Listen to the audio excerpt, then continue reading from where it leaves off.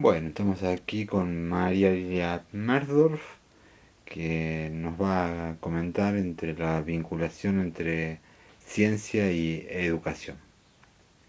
Bueno, este, yo tengo la costumbre de informarme mucho a través de los periódicos, ¿no? Y así diariamente este, me informo.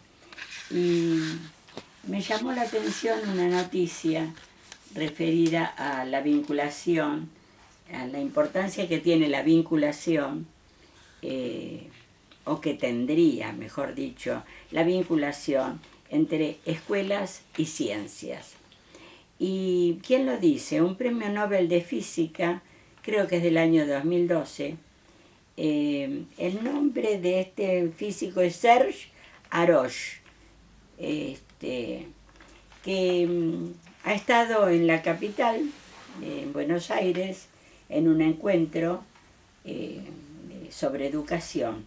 Y entonces ha destacado la importancia que tiene esta necesidad de vinculación entre ciencias y escuelas.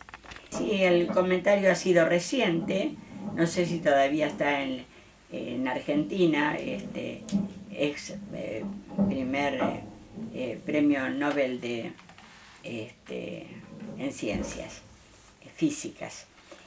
Bueno, y realmente esto me ha llevado a recordar los aportes que se han hecho a través de un proyecto institucional en una escuela concreta como ha sido la escuela número 2 Juan Bautista Alberdi de Berisso. ¿No?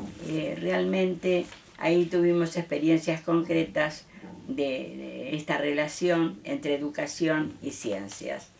Entonces hay actividades que se pueden propiciar desde la escuela para concretar estas intervenciones de los docentes y los alumnos con los aportes científicos. Y por ejemplo, la posibilidad de la concreción o organización de clubes de ciencias como estrategia para que los chicos participen protagónicamente de estas experiencias es muy importante. Hubo un momento en la historia de la educación argentina, y no demasiado lejano, hacia los 90, donde tuvo mucho auge los clubes de ciencia.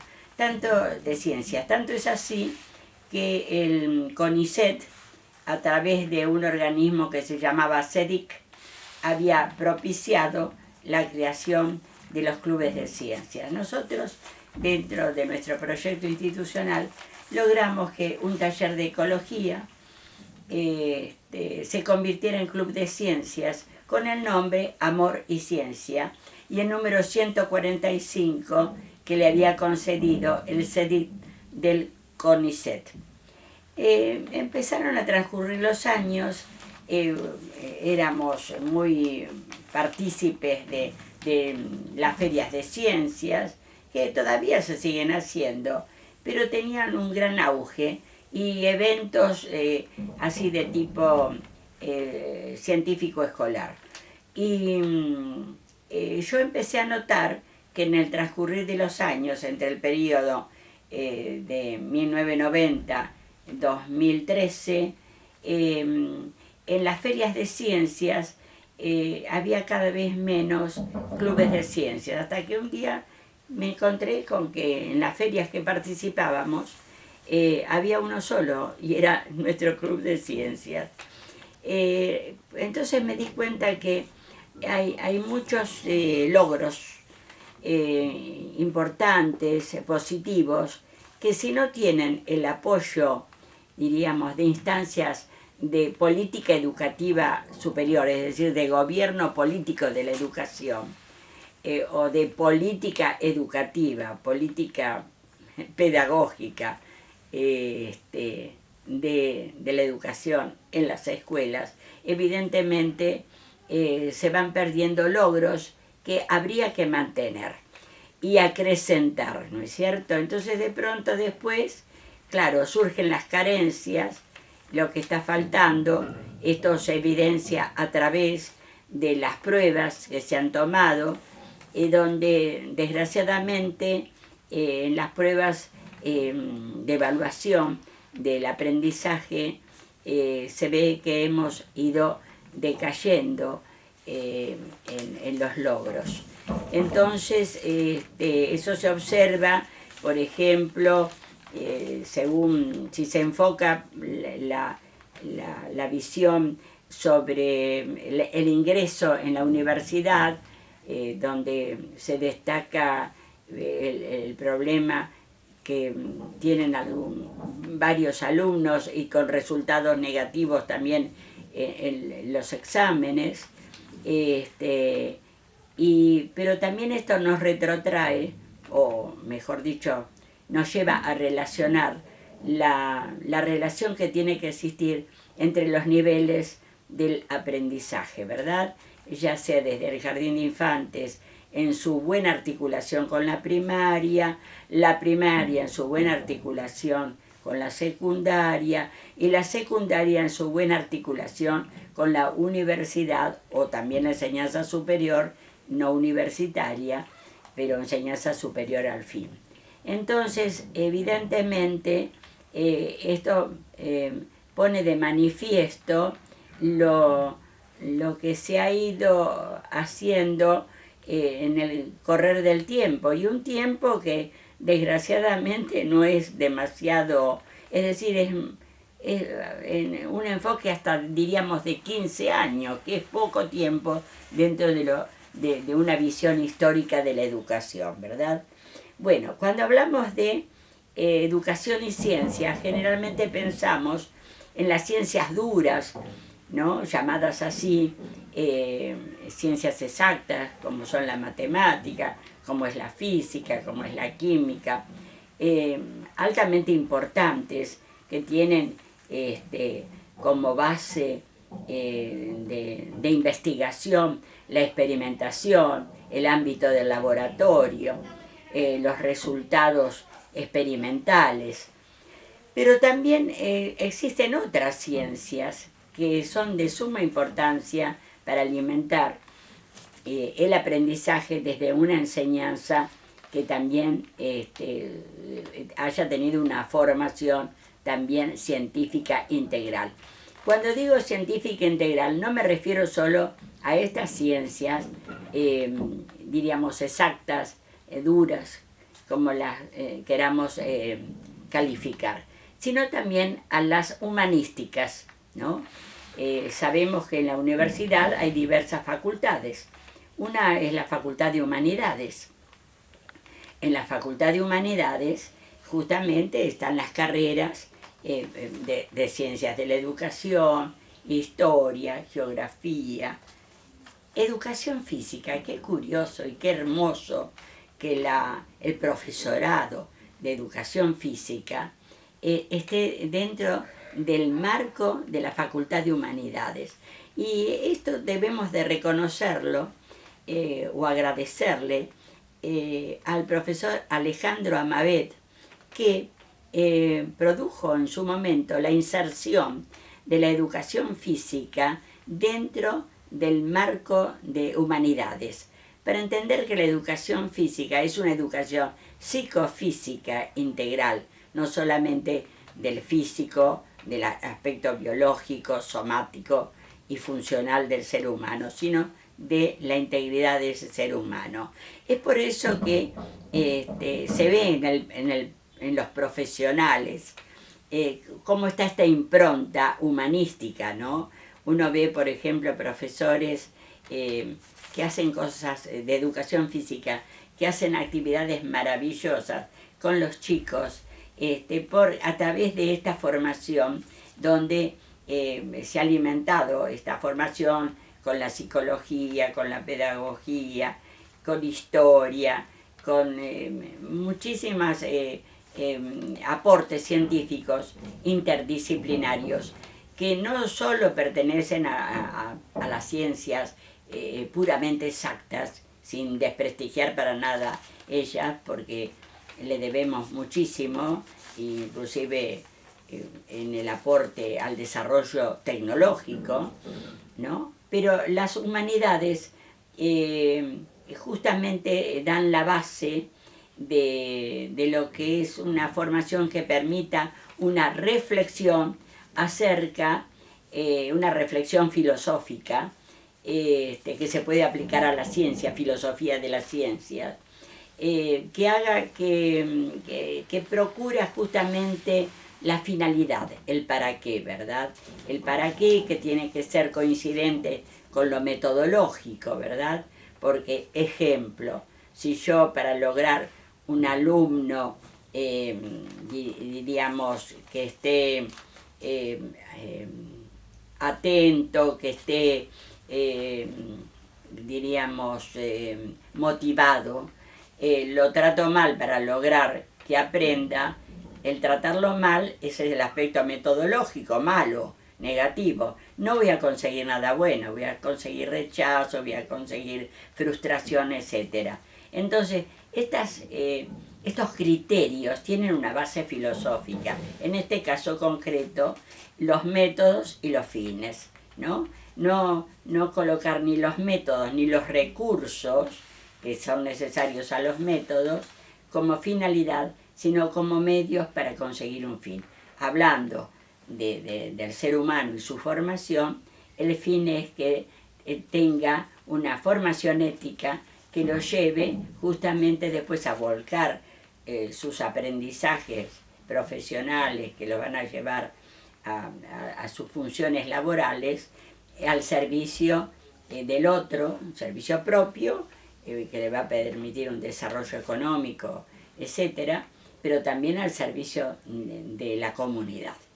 Si está faltando lo humanístico, si falta lo humanístico dentro del contexto de las ciencias, evidentemente la formación va a salir parcializada, ¿no? Y entonces el desencuentro entre el hombre y el hombre, entre el ser humano y el ser humano, va a estar lleno de interferencias, ¿no?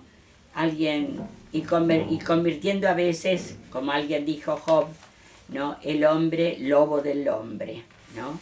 Que es un poco lo que está pasando, que es inadmisible que a esta altura de la historia planetaria tengamos guerras en distintos puntos del planeta, ¿verdad?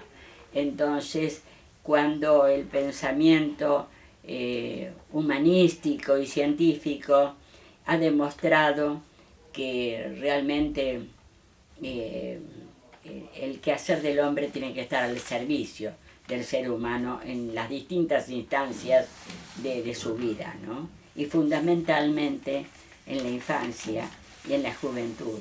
Y ahí todo el tema de los derechos del niño, tan hermosamente expresados, pero que desgraciadamente falta que se instalen en la práctica concreta de las realidades en donde los niños se desarrollan, fundamentalmente el ambiente de su familia, el ambiente de su contexto, la familia donde, y todo lo que tiene donde se encuentra, me refiero, ¿no? El contexto que puede ser local, bueno, y todas las influencias que van ejerciéndose sobre esa criatura. Pero es la primera vez en la historia que nos encontramos con un gran problema, el gran problema de que nos vamos a quedar sin escenario, y no quiero ser, diríamos, tremendista, ¿no? Pero se puede medir científicamente aspectos como el calentamiento global y el cambio climático, ¿no? Y cómo incide negativamente sobre nuestro hábitat local y global. Y si en ese producido además por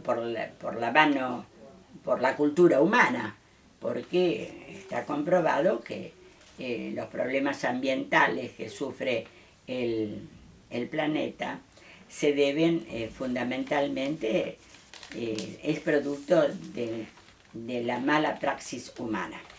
Entonces, que tratamos de corregir, pero es muy difícil que realmente se pueda revertir cuando es decir, se han extinguido especies, cuando se han desertificado zonas que son de difícil recuperación. El otro tema, por ejemplo, es el tema de las partículas de plástico que están en el ambiente, ya incorporadas a través de los alimentos y de lo que respiramos y de todo lo que consumimos, ya incorporado a nuestro propio organismo. Bueno, ahora, ¿qué pasa?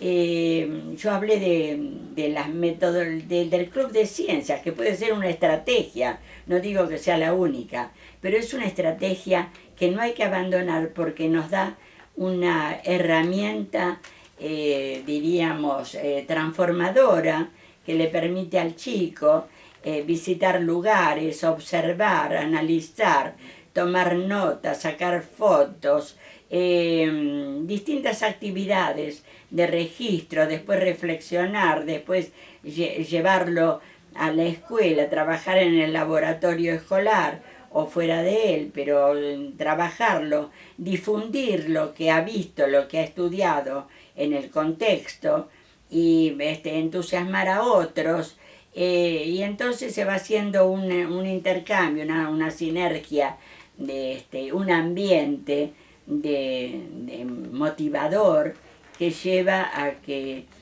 los chicos terminen protagonizando la ciencia, ¿no? Porque visitando los ámbitos, los laboratorios de las facultades, visitando la universidad, o bueno, tantos ambientes donde la ciencia está en acción concretando productos de su propio conocimiento.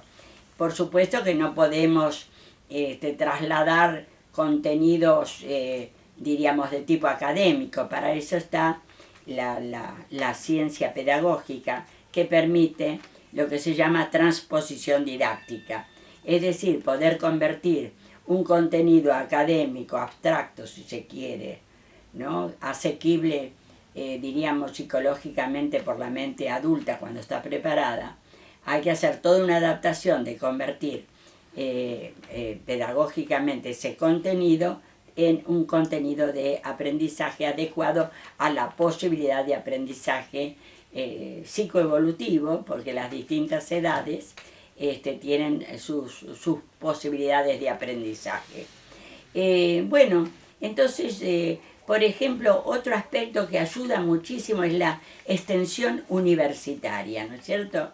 Hay muchísimas cátedras de la universidad que aportan a las escuelas con sus equipos de personas y llevan a la escuela esta posibilidad de que los chicos se contacten con las actividades científicas. Nosotros hemos tenido muchísimas experiencias de esta índole. Cabe mencionar la extensión universitaria que realiza la Cátedra de Microbiología Aplicada de la Facultad de Veterinaria, que trabaja en escuelas de distritos locales cercanos de Berisso, Ensenada de La Plata. Por ejemplo, tienen un programa de enfermedades emergentes y reemergentes vinculadas al cambio climático y calentamiento global. Enfermedades vinculadas también, diríamos, con los animales, pero obviamente la relación que existe entre el animal y el ser humano y el animal, ¿no es cierto? Bueno, ellos son un ejemplo de lo que puede hacer una una extensión universitaria. Bueno, nosotros hemos tenido también aportes de profesores a la escuela, como ha sido el profesor, por ejemplo, Ricardo Zuccherino, que era abogado e historiador, y en una oportunidad, en varias oportunidades, visitó la escuela, Juan Bautista Alberdi, y justamente en una oportunidad lo hizo refiriéndose al creador de las bases que ha permitido que tengamos la Constitución Nacional como ley suprema de nuestra patria, ¿no? Entonces él ha hecho la historia es una ciencia que aporta desde lo humanístico, desde las humanidades. Claro, es bastante curioso esto, tenemos que dejarnos libremente, permitirnos pensar, ¿no? Es curioso, por ejemplo, que psicología, que era una carrera que estaba dentro de humanidades, se constituyera en una facultad aparte, ¿no es cierto? Porque una facultad aparte, cuando en realidad yo entiendo, no es esto para controversia con los que lo han hecho, se aparta, diríamos, del marco de las humanidades, cosa que es imposible por el objeto de estudio propiamente dicho que tiene. Pero es hora de que replanteemos las cosas y que realmente lleguemos a poder vencer la brecha que existe en muchos órdenes, ¿no? Vinculada al prejuicio, ¿verdad? La palabra prejuicio quiere decir antes del juicio. ¿Qué juicio? Del juicio crítico.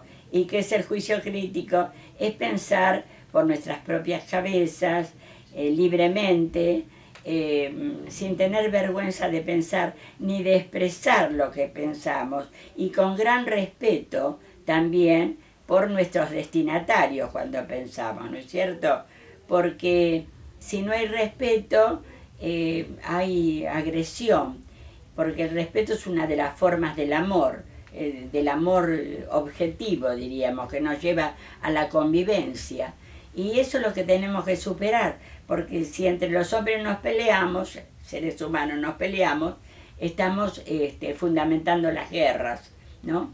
Y hace poquito, alguien que vinculado a toda la astronáutica, no recuerdo concretamente quién fue el que lo expresó, pero me acuerdo lo que dijo, que al ver las imágenes del planeta Tierra desde fuera del planeta Tierra, lo había impactado enormemente y hasta llenado de cierta tristeza, porque lo vio como un planeta muy chiquitito en el gran espacio, chiquitito, débil y con apenas una envoltura, la atmosférica, no sé, interesante sería poder concretar esa visión, ¿no?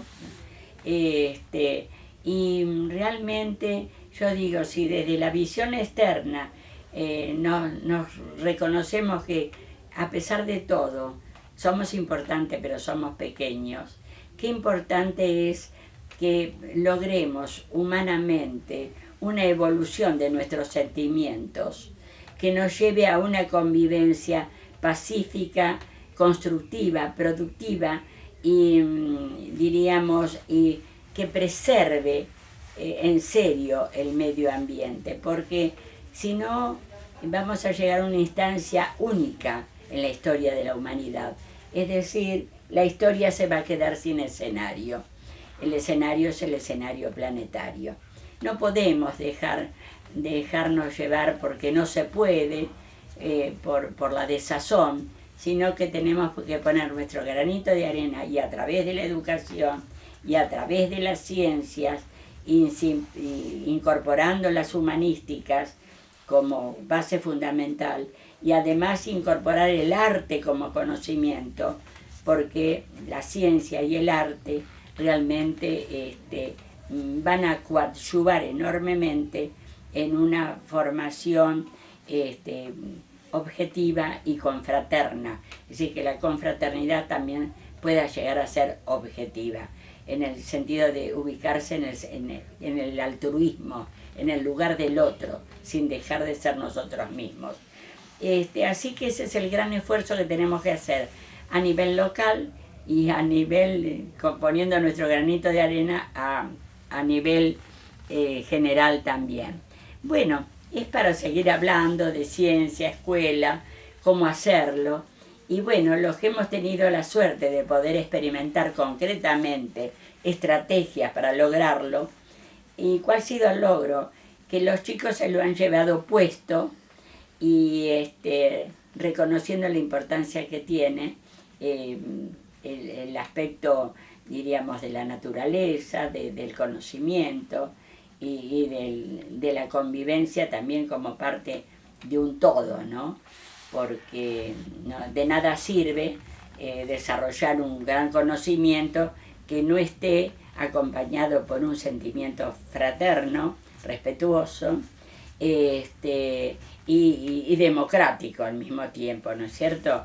¿Por qué digo democrático? Porque el vínculo democrático es el vínculo que cada persona puede establecer con otra en forma horizontal, escuchando y expresando y escuchando, ¿no? Entonces, y juntos intercambiando, tratando de despojarse de los aspectos, diríamos, afectivos negativos, porque la afectividad parece que tiene dos puntas, el amor y el odio, y no podemos volcar la balanza para el lado del odio, sino que por una buena educación de la afectividad también, y ahí vienen las ciencias a ayudarnos, y las humanísticas, la filosofía, la historia, bueno, psicología, todo lo que tiene que ver con el estudio del hombre, pero por supuesto la ecología,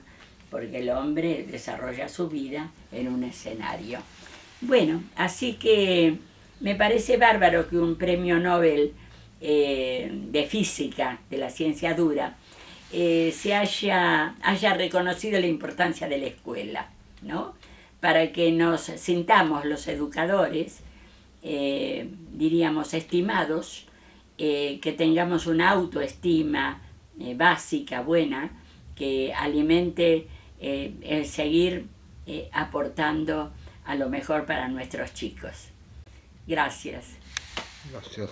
Gracias.